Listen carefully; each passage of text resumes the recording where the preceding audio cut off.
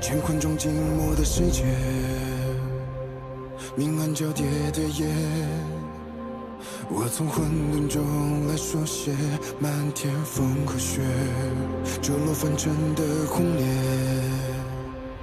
一剑划破日月，用血千万遍与我为己，生命所见。以血铸剑刺破黑夜，不负天命的书写，烈火的热烈劈开日月，不畏风雪，复兴天下的真烈，为战胜不顾一切，这一场轮回下，让见证一世化和变。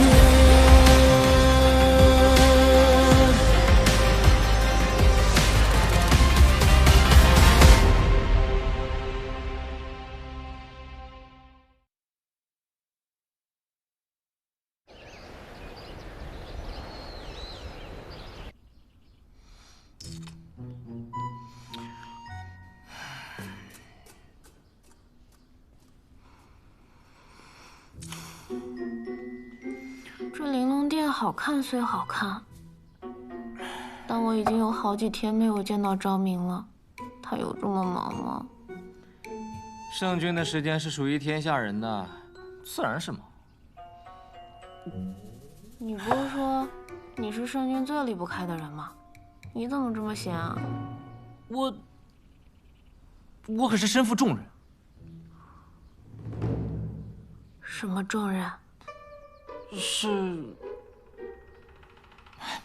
重任是不能随便说出来的，你懂不懂？哎，若你无聊，我倒有个法子让你解闷儿。又有什么新鲜玩意吗？摇头下注，玩的就是刺激。哎，规则很简单。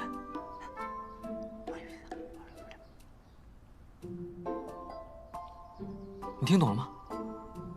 啊，哎，来一句你就会了。不过，要用珍贵之物下注。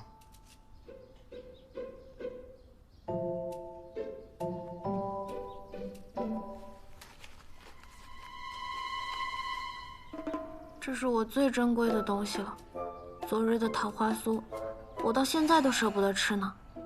那我就拿它下注吧。此物过于珍贵，你用一般之物下注即可。比如，圣君前几日送你的那盒珠宝首饰。嗯。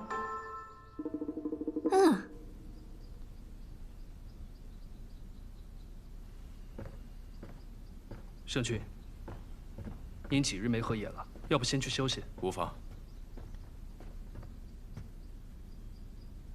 河州每日都去玲珑殿，混沌珠并无异样，也无异动。他虽是上古神器，但如今已经化为人形，便该以人相待。是。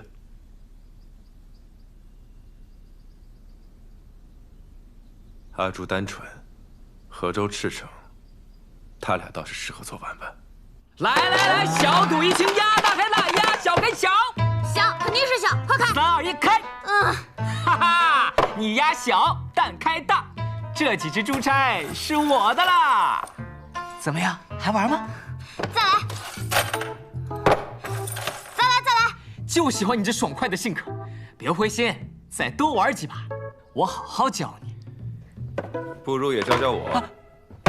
圣君，昭明，阿朱，走。圣君怎么来了？你也不提醒我。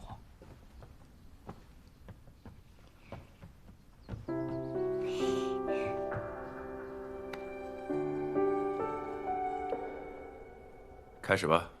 圣君，这不太好吧？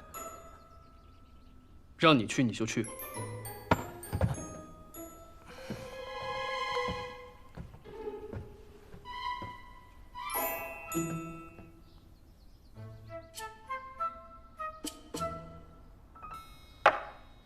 我的赌资够吗？不要怪我一直不前，实在是圣君给的太多了。开始吧。啊！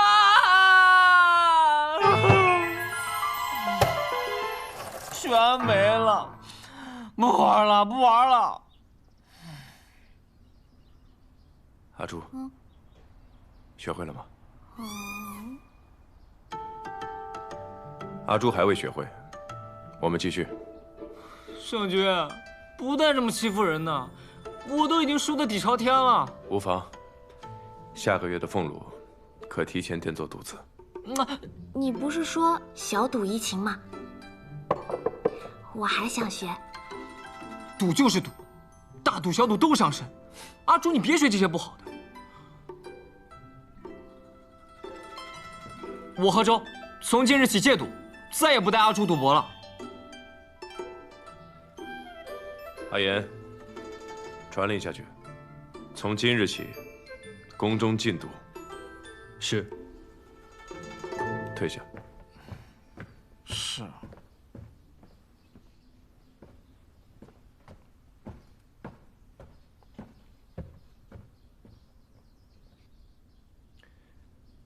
阿朱啊，这些彩头你可要收好了，可别再被何周诓骗了。不怪何周，这些日子其实一直都是他在陪着我。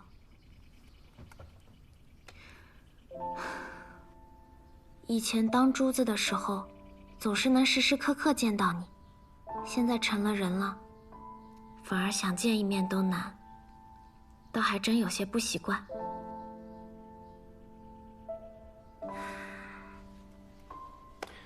是我疏忽了。你刚化为人形，定有诸多的不适应。可若长期跟着何周厮混，只怕他会带歪你。我为你寻一位先生，让他教你读书写字，可好？先生。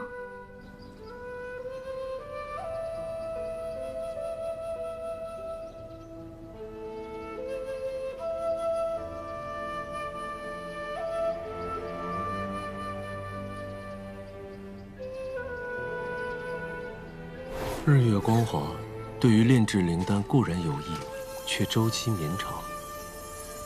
近日发现这世间竟另有精华之气，可助灵丹快速炼成。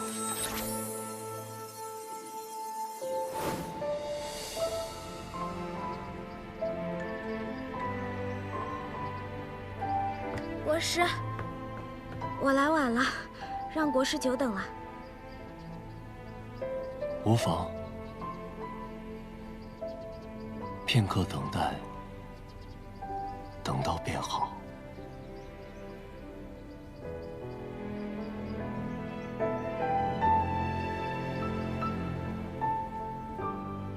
昭明说，国师是东泽学识最渊博之人，更是国师主动应下教导阿朱一事。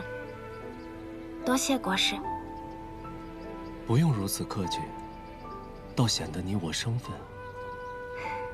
国师这么说，我就放心了。都怪何周一直吓我，说要毕恭毕敬，否则会被先生用戒尺打手心的。但我觉得，国师让我感到非常亲切。那个词怎么说的来着？一见如故。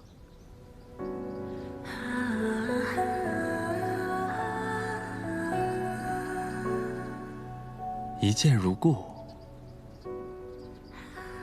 你可是想起了某个故人或故地？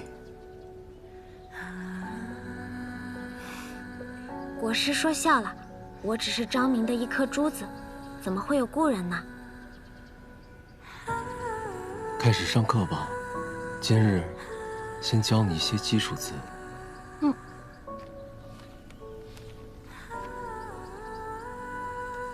这个字念人，也是如今你的身份。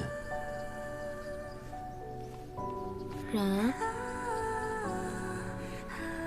这个字简单，好记。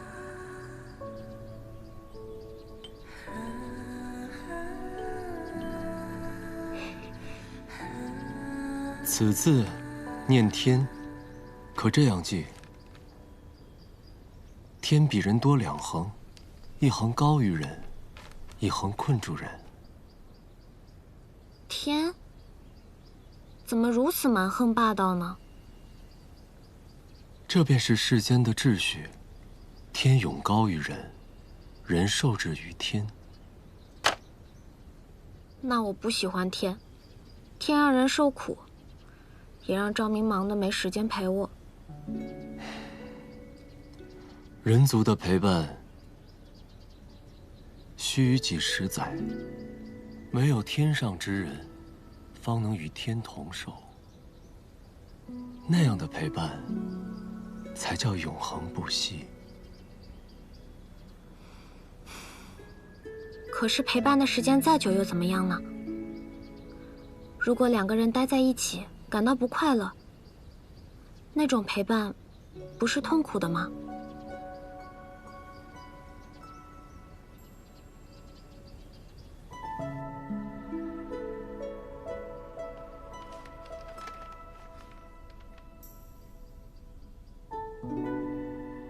国师，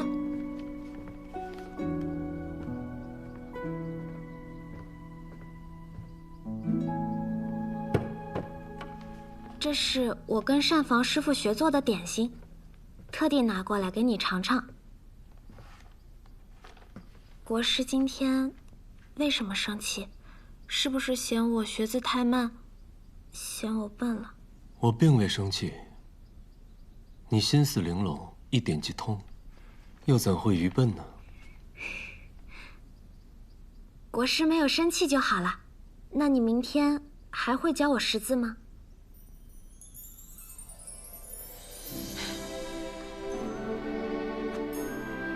既以为人能有简单纯粹的快乐，亦是好事。打开它。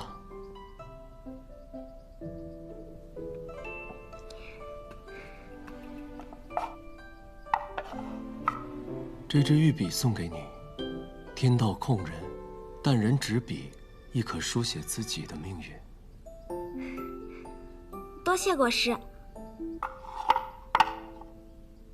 那我就先回去了，国师记得吃点心。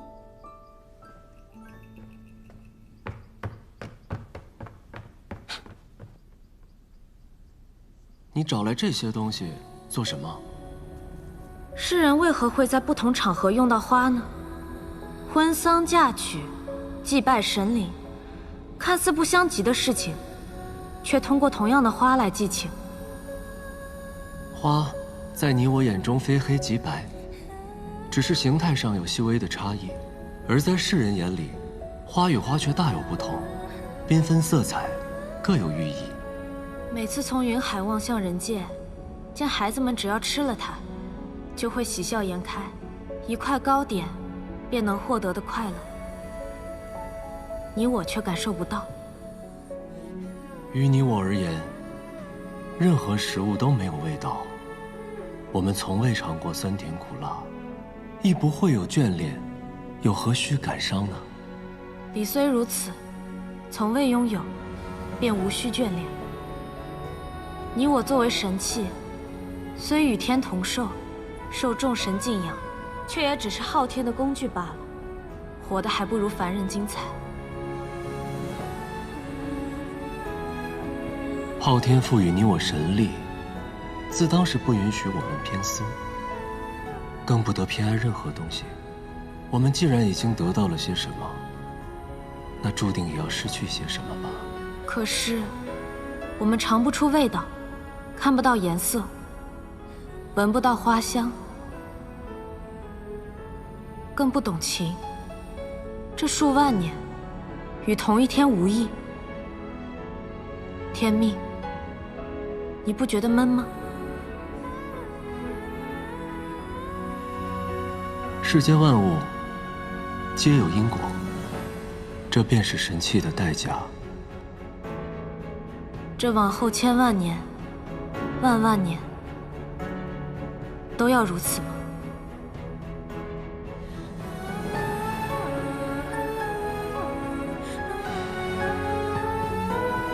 定属如此。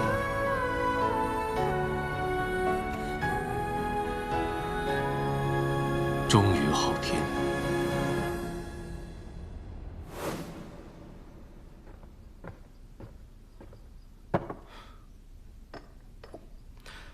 国师，方才在殿外，阿朱姑娘说这是她第一次做糕点，味道可好？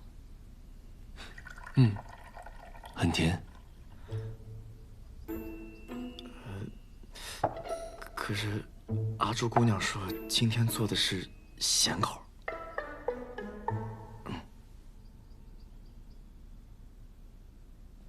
哦，是吗？这糕点的做法很特别，是从我故乡那边流传过来的。原来是故乡之物，难怪你如此留意。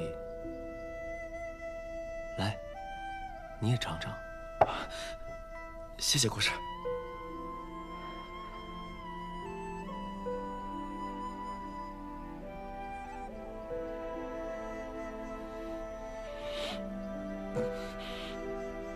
尝到这糕点，我突然有点想家了。幸好宫中还有同乡之人，还可以相互作伴。子辰，我有个问题想请教你。不敢。国师大人，通天小地，子辰万不敢当请教二字。您问便是。若你有一个同乡之人，你本该带他回到故乡，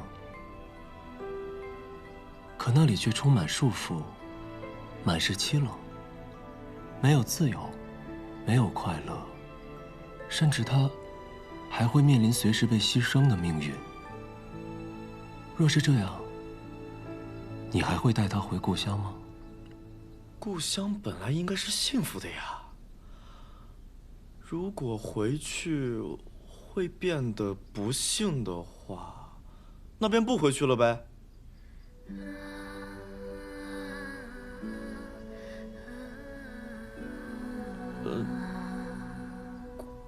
国师，是子辰说错话了吗？哦，无事了，退下吧。哦，是。那糕点，谢谢国师。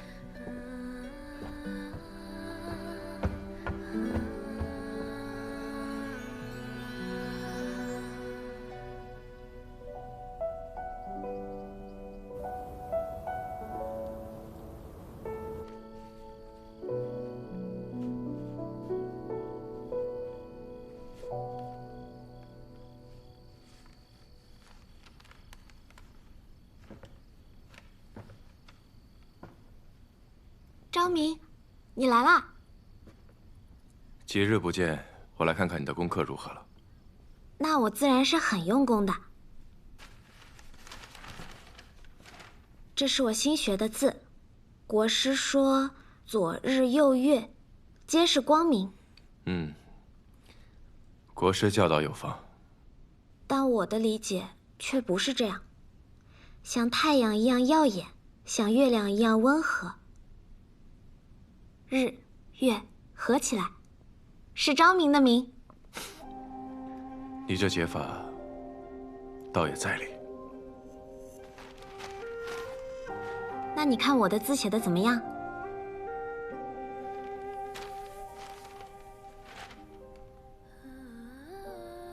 字写的是不错，但是离得有点远。离得远？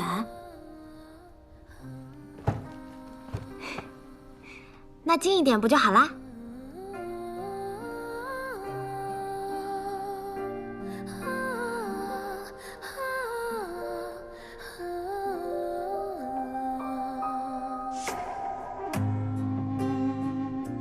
昭明，我算红颜吗？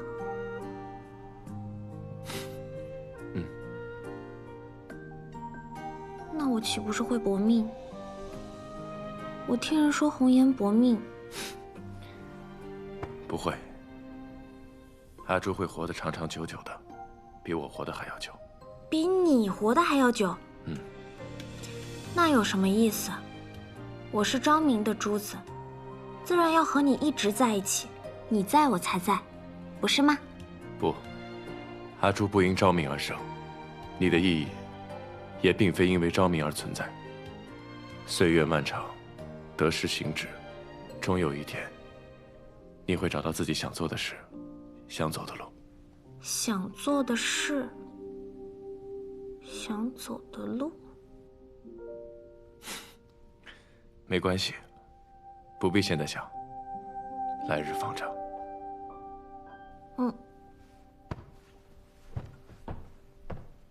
我虽然不知道自己想走的路是什么，但我知道你的。昭明是圣君，心怀天下，所以走的是天子之道。天子之道并非我所求，我想做的是顶天立地的男儿大丈夫，不困于天，亦能庇护人族，冲破这天。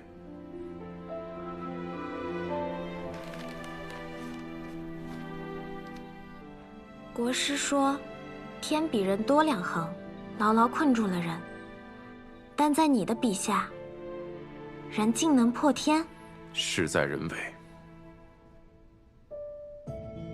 昭明，其实我不太理解，人究竟是什么？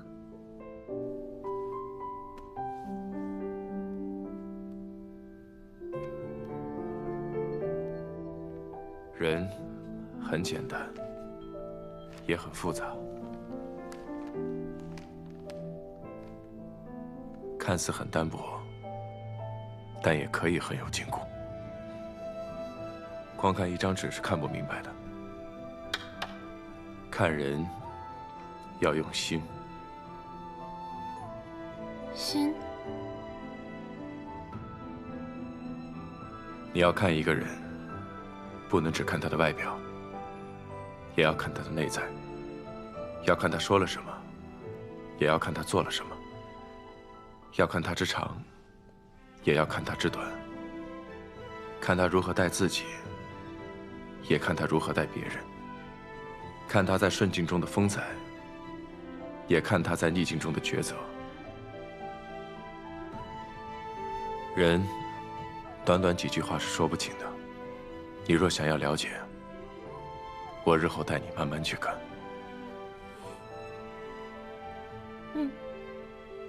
神皇，我们在人界追查多时，仍未找到神子。预言所示的信息有限，寻找起来简直大海捞针。要我说呀，纵使预言为真，可难道我们诸神还斗不过一个神子吗？天命书指万物因果，其限预言必将成谶。办事不力，竟还诡辩。神皇息怒。我们此次游历各国，并非一无所获。哦。东泽为天下之首，各国与各部落均受其管辖。东泽国主昭明出类拔萃，卓而不凡。若能揽昭明为神皇所用，找神子一事大有裨益。关于神子的预言，我突然有一个推断：所谓神子诞，或许10年前天命书降下预言之时，便是这神子诞生之刻。不如从那年那刻出生的孩子中着手寻找。所言有理，你们继续下界寻找，再降一道神谕到东泽，让昭明献上童子。可是神皇，那年那刻降生的孩子那么多，若是分辨不出神子呢？那便都杀，一个不留。苍浩之年，降生阴海，3000童子召为神士。国师，这是刚降下来的神谕。苍浩之年，那不就是10年前吗？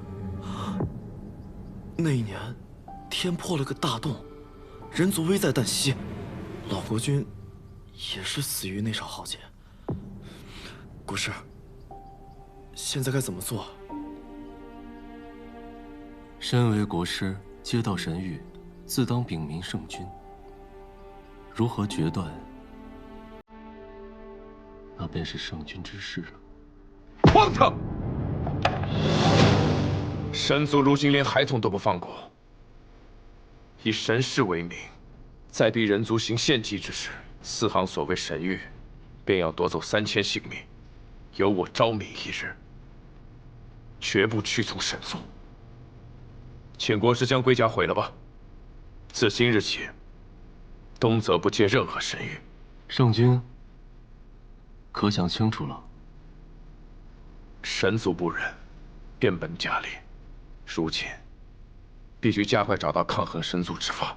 人神实力悬殊，以人抗神，无异于以卵击石。但我却相信，人定胜天。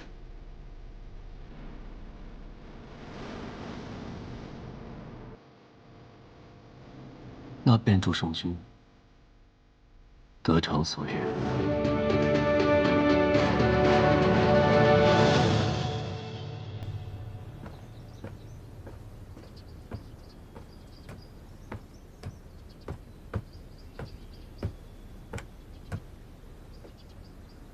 干啥呢？臭合周，你又吓我！你这么快就帮我买到新的画本子啦？这可是我托了层层关系，费了9牛2虎之力才买来的孤本，所以嘛，是不是得再加些跑腿费啊？我看你这手串就不错。画本子的钱我早就给你了，你又想诓我？哎，谁让你学字学得那么快，还一天看3本？我这买卖可不得跑断腿吗？再说了，这次的画本子跟你之前看的神话故事都不同，这几本讲的是爱情。爱情？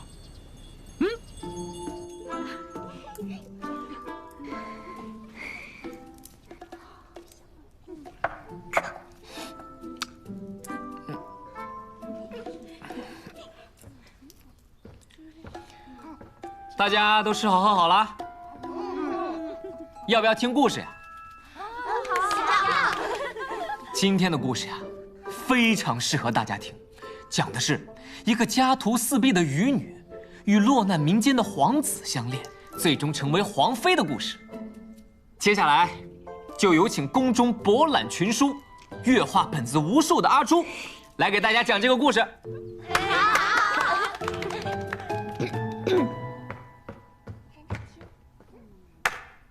在很久很久以前，有一个善良的渔女出海打鱼的时候，意外救回了一个浑身是伤的男人。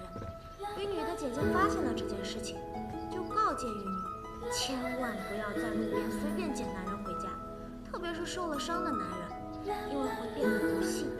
可渔女想了想，说：“这个男人不是路边捡的，是海底捞的。”阿朱总是充满了欢声笑语。他来了之后，这原本冷清的长明宫也变得生机勃勃。是啊，宫人都很喜欢他。圣君可要进去看看。我若进去，他们便玩不开了。先去办正事吧。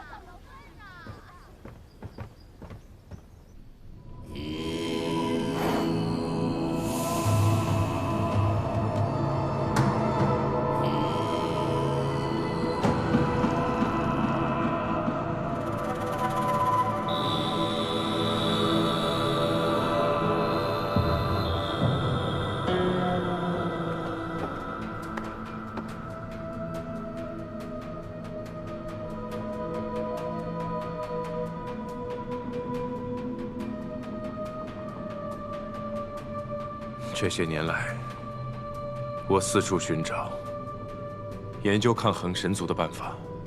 相传，唯有高于神族之物，方可压制神族。其一是上古神器天命书与混沌珠，其二便是天地初开之时，鸿蒙杀气幻化的君天剑。圣君照这地图，已亲自寻了3回，终点均是虚空之地，根本无剑。会不会是这地图有误？不，地图应是真的。我每次找到终点，都能感觉到强烈的剑气，或许只是方法不对，才让君天无法现身。阿言，你再去寻一些顶级的铸剑师，看看是否会有新的发现。是。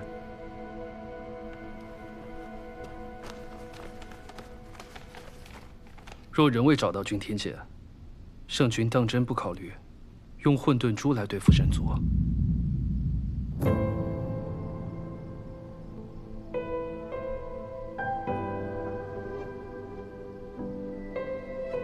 混沌珠曾以身补天，已然扛过天下之责。如今宝珠失灵，就让阿朱简单快乐的生活就好了。至于对抗神族，本就该是我的责任。况且，神族若下到人界，则神力受限，即使正面交锋，以我的人皇之力，亦能与之较量。可圣君已失去一道血魄，寻的也是耗损自身的法子。一道血魄而已，我还没那么虚荣。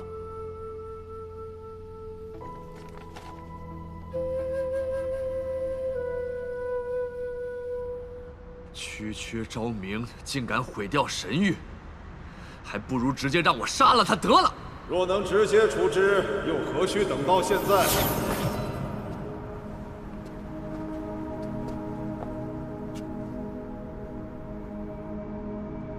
昭明天生神窍，是人族唯一能修炼神力之人。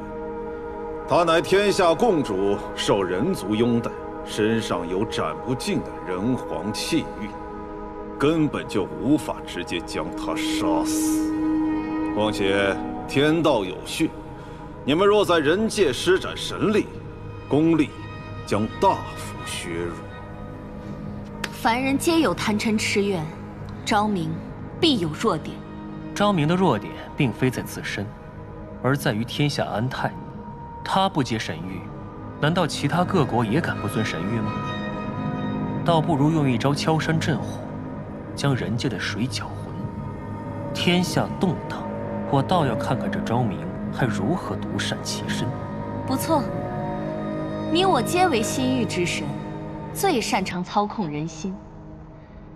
若在各国降下神谕，引诱他们争夺资源，战事必起，蝼蚁众生都将死于战时。昭明岂敢不从？那便立刻去做。我要看到昭明气短，人皇臣服。半月之间，各国竟同时开战，此事必有蹊跷。是，连向来未战的西邻国，不知为何也暴乱丛生。眼下东泽边境情况如何？圣君下令后，边境将士已提高警惕，只是大量流民逃来东泽，压力大了许多。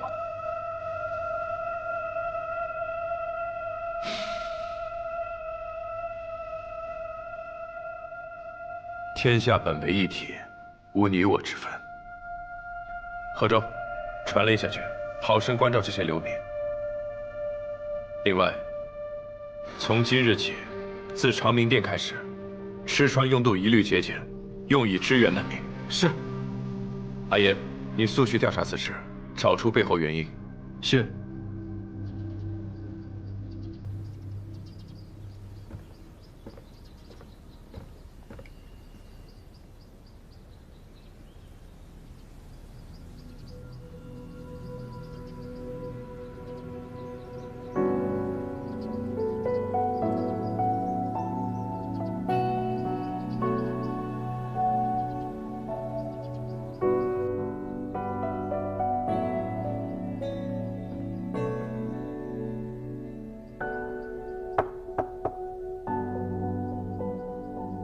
进。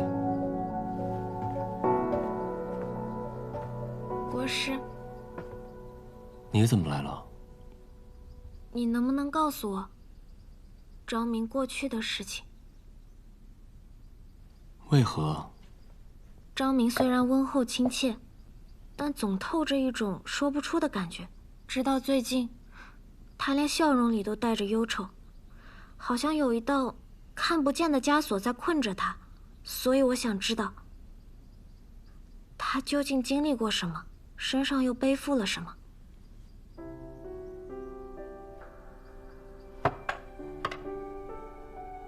里面记载了东泽本朝的故事，也是昭明的传记。10年前，东泽老国君死于天劫，昭明尚少年，便担负起了整个天下的重责。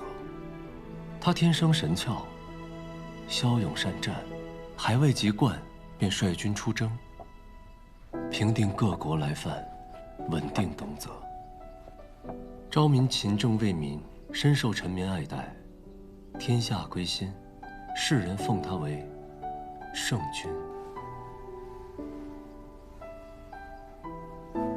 人族受神族所控，昭明便立下誓言，舍生忘死，亦要护世人无虞。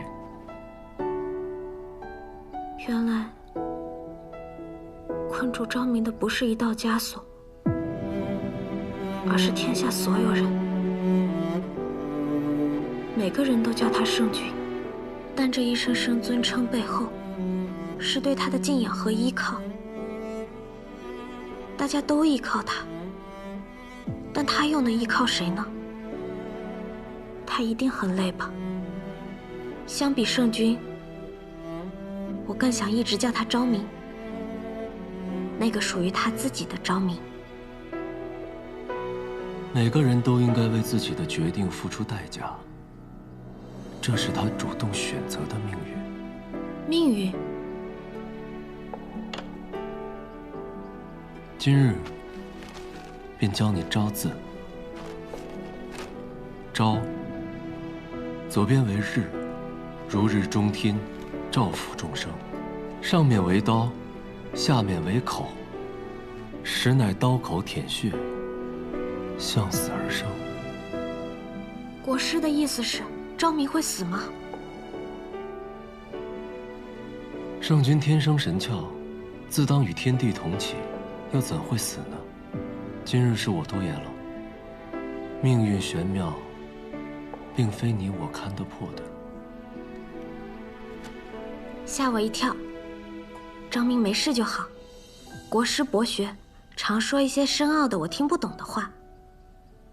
那阿朱还有一个深奥的问题，想要问国师。你说。什么是情？话本里，樵夫和神女相爱，即使变成石头，永不能相守，也无怨无悔。阿朱想知道究竟什么是情？情是欲念还是动力？你说，究竟什么是情？为何世人有情，便能活得熙熙攘攘，热气腾腾？若是我们也能拥有情，是不是神坛就不会这么冷清了？你我本为神器，理应遵循昊天。问情的过程，便是消亡的过程。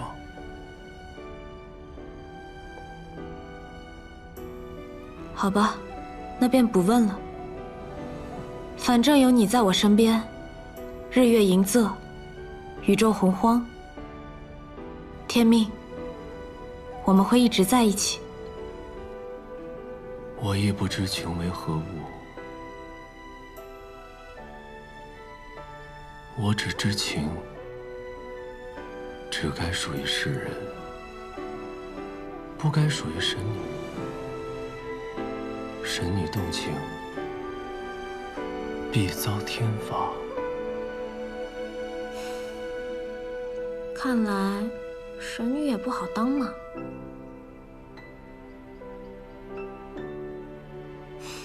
那或许你也是从天上掉下来的神仙珠子呢？我怎么可能会是神仙珠子？我只是昭明手中的一颗普通珠子，只要每天能看到它，陪着它，我就很开心了。可你是珠子，他是人，你们注定会有分开的一天。不会的，你看，画本里樵夫虽然变成了石头，但心里却依旧爱着神女，没有什么能把他们真正分开。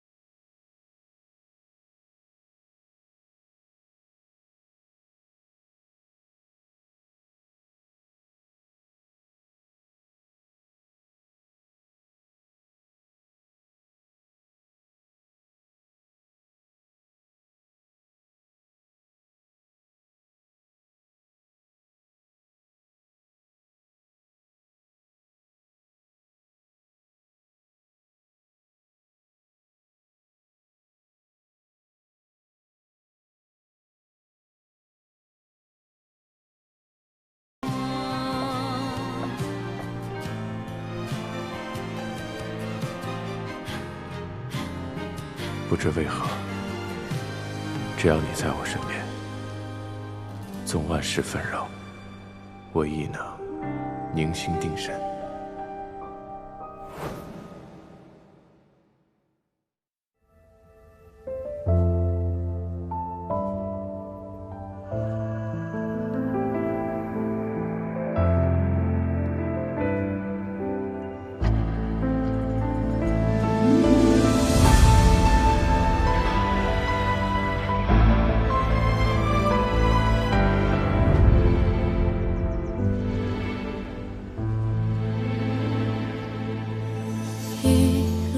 之间找寻你的脸，若心中的泪无人发现，可否还不知疲倦？因心有所念，痴情人不必问长路多远，为爱身披风雪。